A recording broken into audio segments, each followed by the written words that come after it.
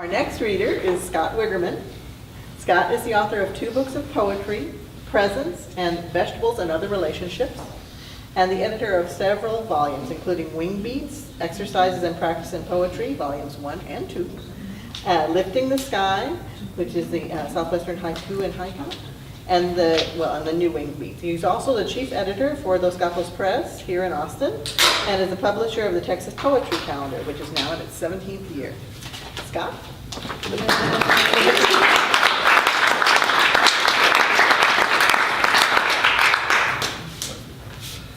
Elizabeth, that's yours. Oh.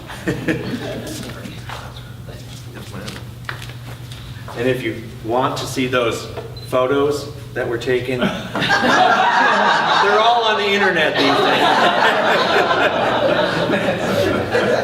They probably are. Yeah. All I kept thinking of was, has anyone watched the Masters of Sex television show? Oh, that's all I could think of. It's like, you know, you're in these booths and somebody's watching you do things, and it's like, ooh. Okay. I want to thank Malvern for having this reading today, and I'm sorry to say our third reader, Joyce, isn't here today. She got sick after yesterday's many festivities at Georgetown, and I almost felt like I was going to have the same thing, but you know, I woke up this morning and said, the show must go on. So here I am. I'm going to start with a sestina. And this was published earlier this year in Borderlands. It's called Limbo. You wait for the eyes of light to open, the dark to leave and revisit its home. Will you then face the day and the need to do something? A need that drags a somber weight. You slap your face to snap to the light, easing into the orderly home. You don't want to leave the bed. October leaves shadow the blind need for movement, like home movies without sound. Wait as the room floods with light and the clock's face glares, but you'll have to face it sometime. Everyone leaves, unburdens, lightens, accepts the body's needs and the long wait for home. It takes effort to home in on the forlorn face in the mirror, the weight more leaden, refusing to leave. This hour of need, this time of light, when dark and light are both away home, and all you really need is hidden in lines in your face. Soon, soon you can leave, but now you must wait. Face the need for light, for home, for leaving. Wait.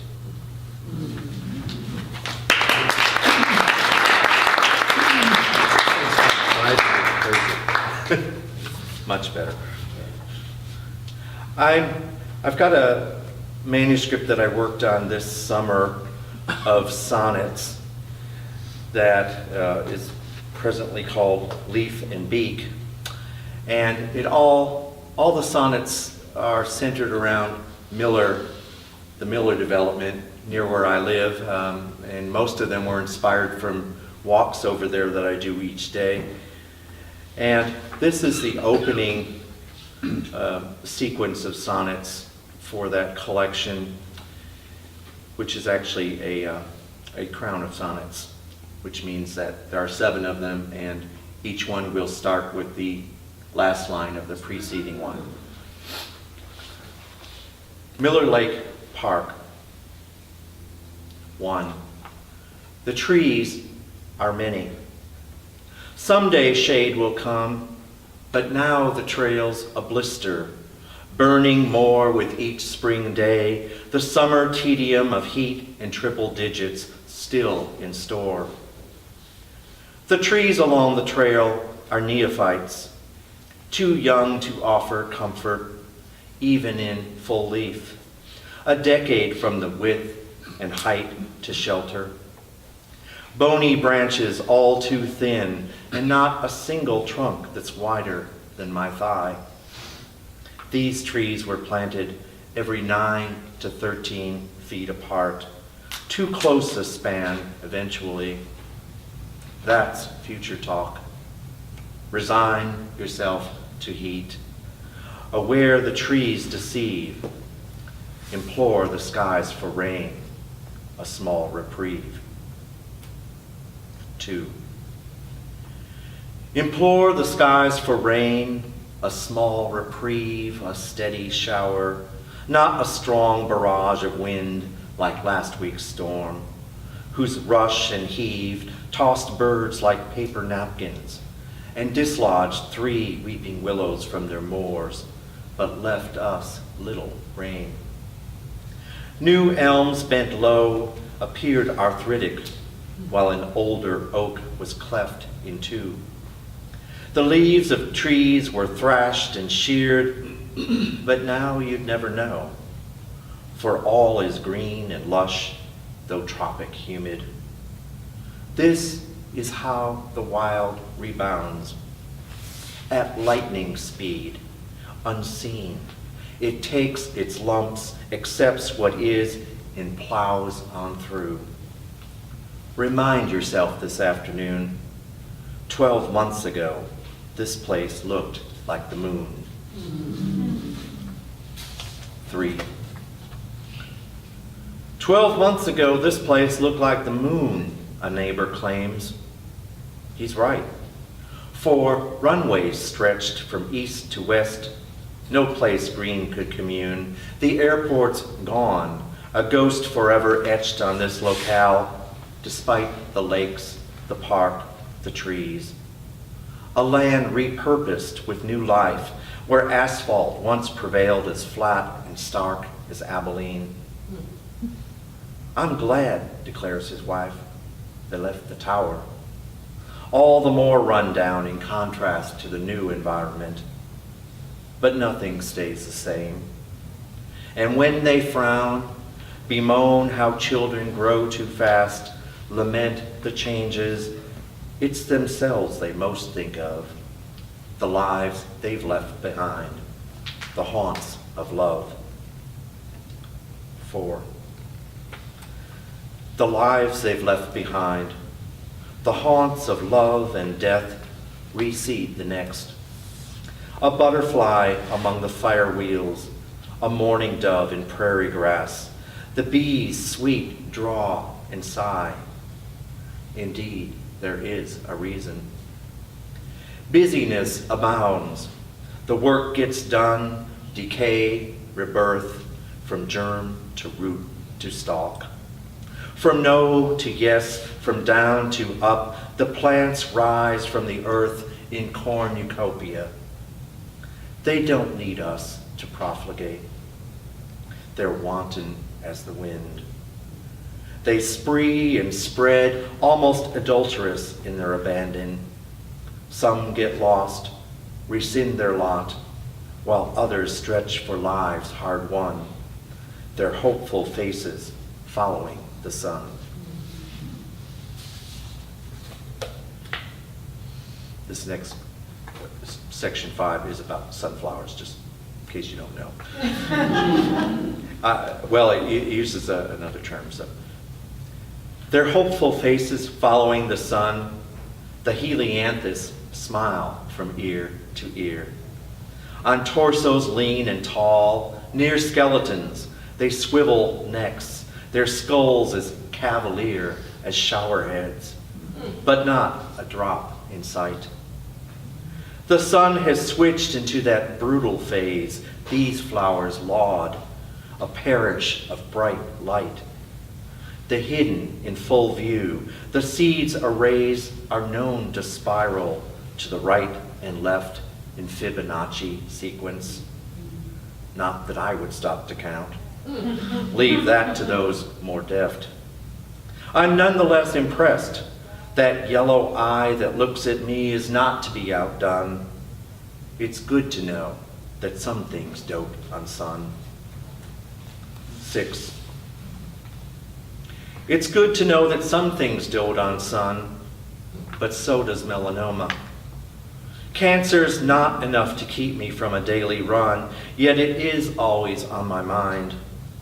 Besought in lotion, prepped for basting, I am drenched before I leave the house. As heat cranks up, the sweat pours down.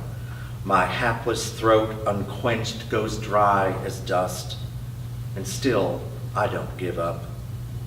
The ducks have all flown north. They seem to show more sense. I'm fending off a dizzy spell, not halfway round the lake. The sun's my foe. This angry God, I'm hearing cancer's knell. I choose to run the risk of death's flambe. I turn the bend, continue on my way. 7. I turn the bend, continue on my way past scrawny sycamore and feathered cypress, but catch a whiff of fountain's fishy spray, a tiny solace. Languid sluggishness prevails. It's Houston humid, Brownsville hot.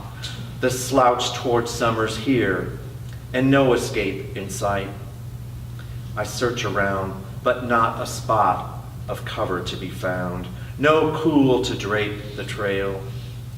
These trees too young, and me too old, perhaps to see them age. I'd like to grow along with them, to hear their tales unfold, to witness history, but this I know. Our time is brief, some rise and some succumb. The trees are many, someday shade will come.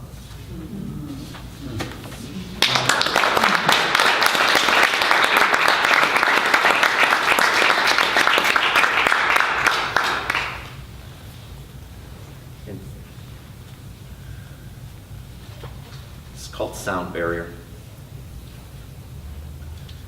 This silence is shattered. Tiny shards of quiet embed in my feet so that with each step I remember the pain of where I've been. I cannot speak in complacent tongues or conspire with those who prefer I were mute. My feet have hardened, lost the path of least resistance, adapted like young amputees. I am prepared to walk across coals and listen to the crackle of molten glass.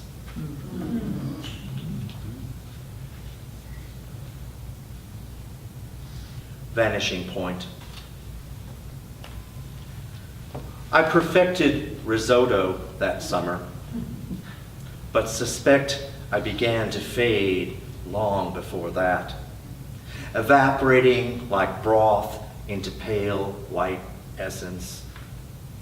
Did I begin to wane as early as December, a crisp night at opposite ends of a sweltering hot tub, heat bubbling from the surface, my face dissipating in the steam? Or was it spring when I began to taper away? On a bicycle ride, possibly, down a country road in Texas, my figure shrinking as I rode ahead and became a problem of perspective. The smaller I got, the more I looked like him. I will never know at what point I started to disappear, to filter away like hourglass sand, but grain by grain, I lost substance till I vanished completely from your world.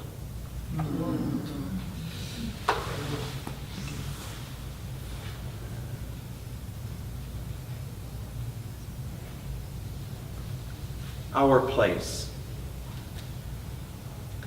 These are a little bit more upbeat than the ones I did last time, right? Upbeat might be the wrong choice. Okay, well. Okay. Our place. We slip from our skins, no longer tethered to blood and bone, no longer apart, but part of. Water in restless currents, particles billowing in sunlight, granules impossible to define, speaking in leaf and grass, listening through rock and sand, touching as wholly as air on air, one tongue, one ear, effortless, the world in us unleashed. Loss is not the return to telephones and groceries. It's failure to retain a taste of fire, this uncomplicated flicker, our place. Sun-drenched poppies. Wait till they are fully open, like hands offering peace. Snip the stems the length of a simple gift. Employ them to dip the flowers into a fondue of sun. Hold them there to the count of blessings. Lift the dripping poppies from the cauldron as if witnessing a resurrection. Rejoice at the flare-up of vibrant reds and oranges. Pray you'll remember this luminous dazzle.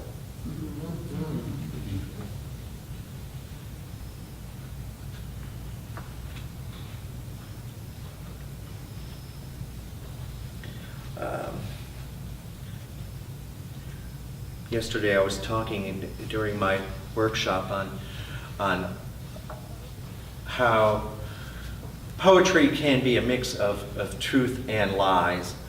Well, this one is mostly truth.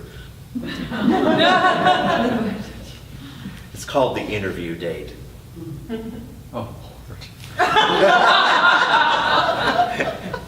Somebody remembers this. Yes. Where are you from?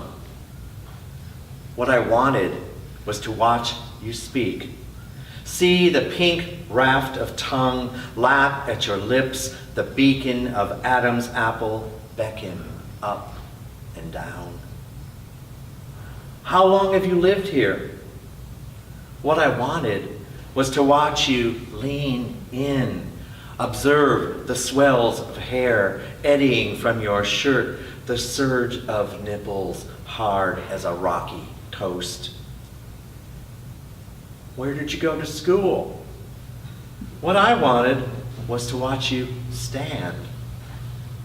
Gauge the strain of your anchor. Note the cove of buttocks. Lean as the Strait of Gibraltar, a tight figure 8. What do you do for fun? What I wanted was to leave the coffee shop. Shuck you like an oyster. Raise your mast, unfurl your sails, ride you into the night. But that would wait till the second day.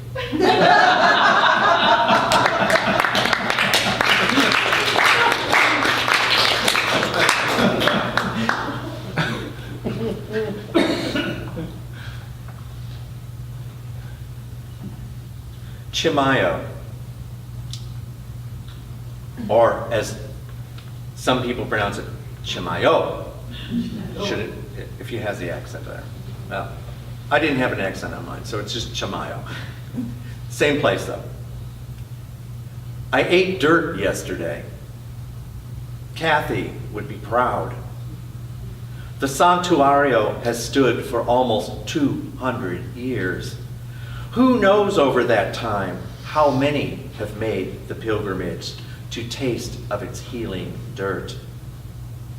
If you stop at the wood-carved altar, fail to wander through 2 low side doors, you might miss the discarded crutches, the hole in the floor, the dirt, the scoop perched in it. I sifted and pinched the dirt between my fingers, dropped it in my mouth like chewing tobacco. Kathy would have taken a handful, but she's a walker of holy pilgrimages, a believer. All I know is that I still have that pain in my side, and even after brushing between my teeth.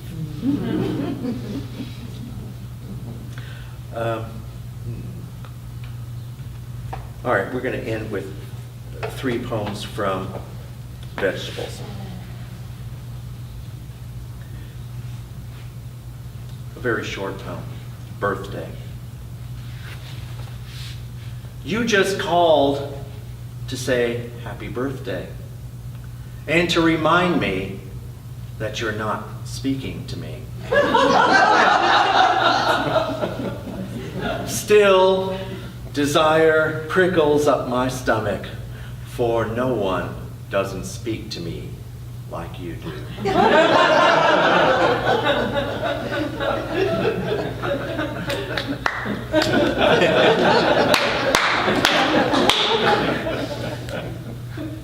Asparagus. I froze my ass off all winter doing my drag queen thing, swayed in lacy little fronds, primped in the frilliest finery, swaggered in shishi fernery. But don't think for a minute that I don't like being a man. Like the crying game, I've been hiding surprises. Already a bold warmth thrusts through my groins, and I fill the bed with the flare of a virulent violet. A peck of green peonies, long and strong and erect, a sea of charmed snakes rising through the air, girl, not once, but all spring long.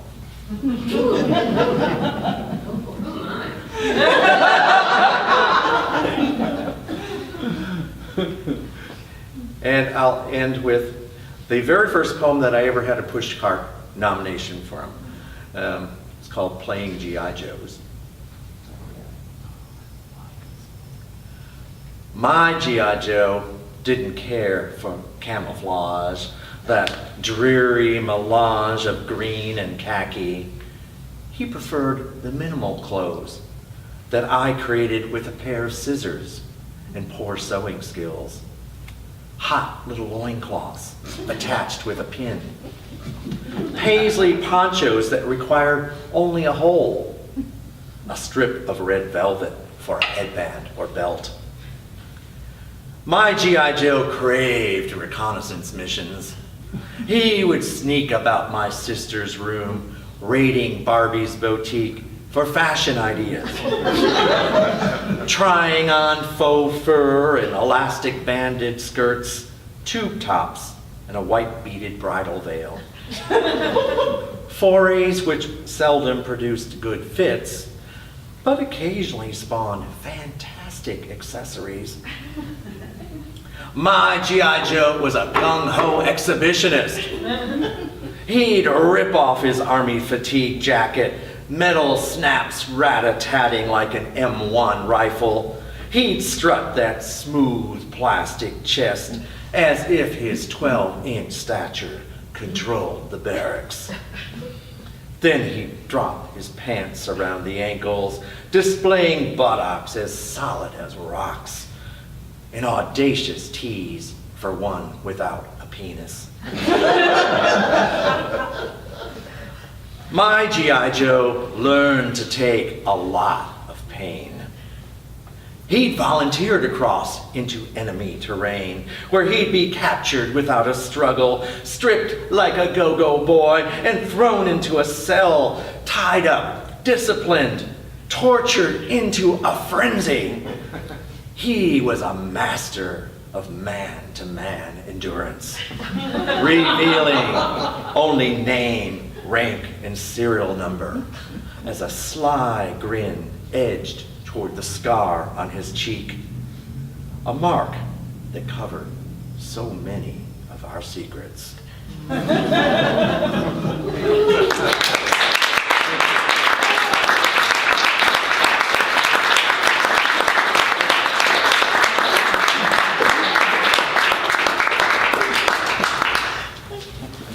Thank you very much to Scott and Elizabeth. Can we just give another round of applause?